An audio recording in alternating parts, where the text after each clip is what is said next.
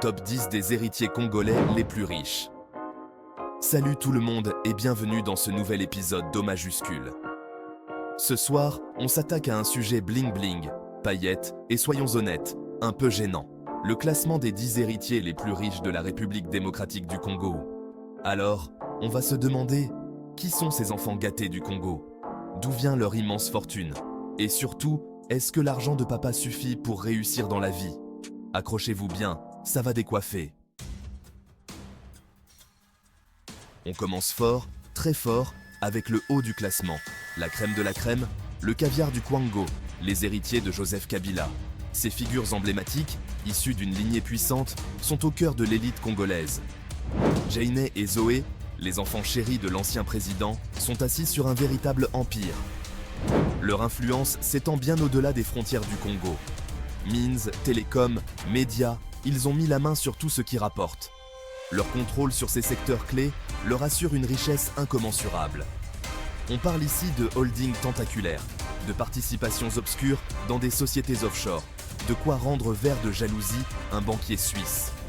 Leur réseau financier est complexe et bien huilé. Le pire dans tout ça, c'est que cet argent, il vient d'où? Du peuple congolais, pardi. Les ressources du pays sont exploitées sans vergogne. Alors oui, ils ont fait de brillantes études à l'étranger. Ils portent des costumes sur mesure et ils roulent en Lamborghini. Leur style de vie est un contraste frappant avec celui de la majorité des Congolais. Un petit conseil, les petits, si vous voulez vraiment gagner le respect du peuple congolais, commencez par lui rendre ce qui lui appartient.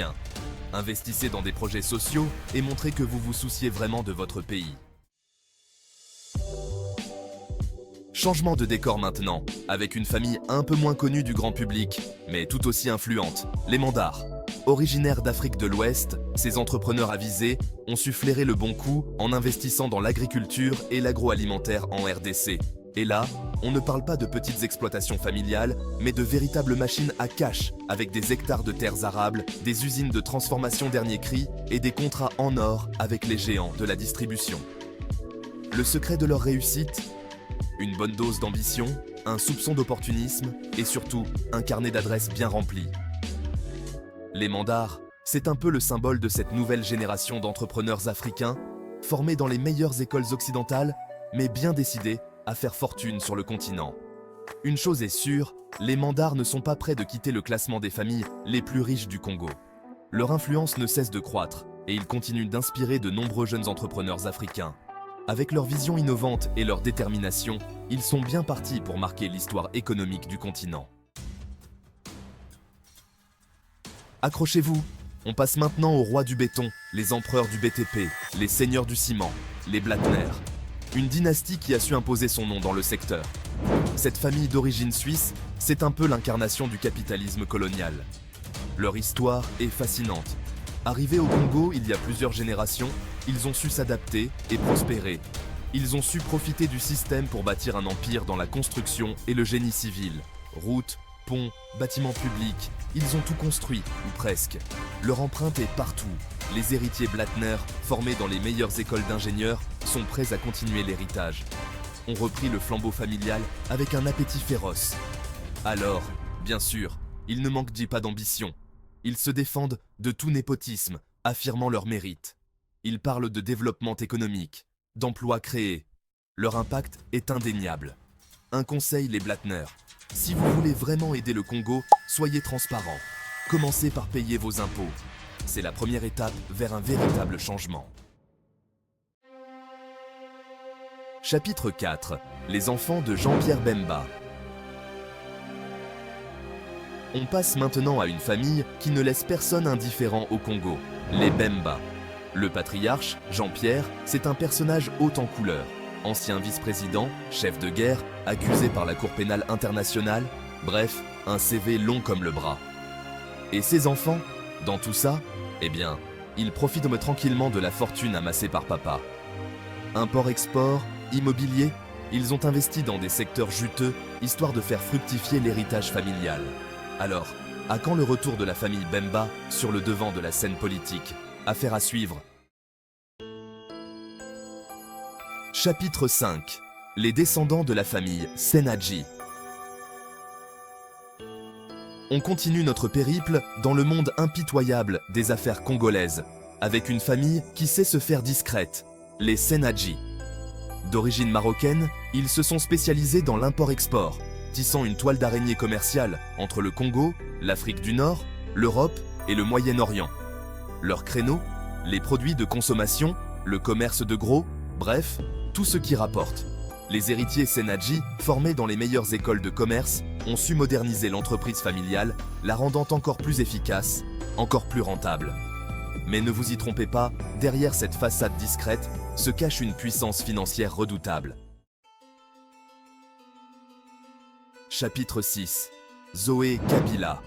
On retrouve la famille Kabila, avec cette fois-ci Zoé, le frère de l'ancien président. Loin des projecteurs braqués sur Kinshasa, Zoé s'est construit un empire dans le Tanganyika. Hôtellerie, mine, le fiston Kabila a le sens des affaires. Zoé s'est usé de son nom et de son influence pour obtenir les meilleurs contrats, les permis d'exploitation les plus juteux. Mais une chose est sûre, Zoé Kabila est un acteur incontournable de l'économie congolaise. Chapitre 7. Janet Kabila. Restons chez les Kabila avec Janet, la sœur. Discrète, voire effacée, Janet n'en est pas moins une femme d'affaires avisée. Son terrain de jeu, les médias et les télécoms. Elle possède des parts dans Digital Congo, un des plus gros médias du pays, et son empire s'étend jusqu'aux télécommunications. Janet, c'est un peu la main invisible des Kabila, celle qui tire les ficelles dans l'ombre. Chapitre 8. Les Roji. On part maintenant à la rencontre d'une famille d'origine indienne qui s'est imposée comme un acteur majeur de la finance congolaise, les Roji. Leur bébé, Rawbank, une des plus grandes banques privées du pays. Mais les Roji, ce n'est pas que la banque. Immobilier, industrie, cette famille a su diversifier ses investissements et s'assurer une place de choix dans le paysage économique congolais. Bref, les Roji, c'est un peu l'incarnation de la réussite capitaliste à la congolaise. Chapitre 9. Les enfants de Mobutu. Le nom de Mobutu, ancien dictateur du Zaïre, résonne encore dans le pays. Et ses enfants, ils tentent tant bien que mal de se construire une image loin de l'ombre du père. Certains ont choisi la discrétion, investissant à l'étranger, dans l'immobilier, le commerce. D'autres essaient de se refaire une virginité politique, surfant sur la nostalgie d'une époque révolue. Le nom de Mobutu, un héritage lourd à porter. Chapitre 10. Les Achour. On termine notre classement avec une famille qui n'a pas froid aux yeux, les Achour. D'origine libanaise, ils sont les rois de l'immobilier et du commerce à Kinshasa. Centres commerciaux clinquants, hôtels de luxe, complexes résidentiels flambant neufs, les Achour ne font pas dans la dentelle. Formés dans les meilleures écoles de commerce, les héritiers Achour sont bien décidés à étendre leur empire au-delà des frontières congolaises. Et voilà, c'est tout pour ce soir. Alors, vous êtes toujours là? Pas trop démoralisé par ce défilé de fortunes indécentes? On ne va pas se mentir, ce classement, c'est un peu la chronique d'une injustice annoncée, pendant que certains croulent sous les millions. D'autres peinent à manger à leur faim. Mais bon, on ne va pas refaire le monde ce soir. On va juste espérer que ces héritiers, nés avec une cuillère en argent dans la bouche, sauront faire preuve d'un minimum de conscience sociale. En attendant, on se retrouve la semaine prochaine pour un nouveau numéro de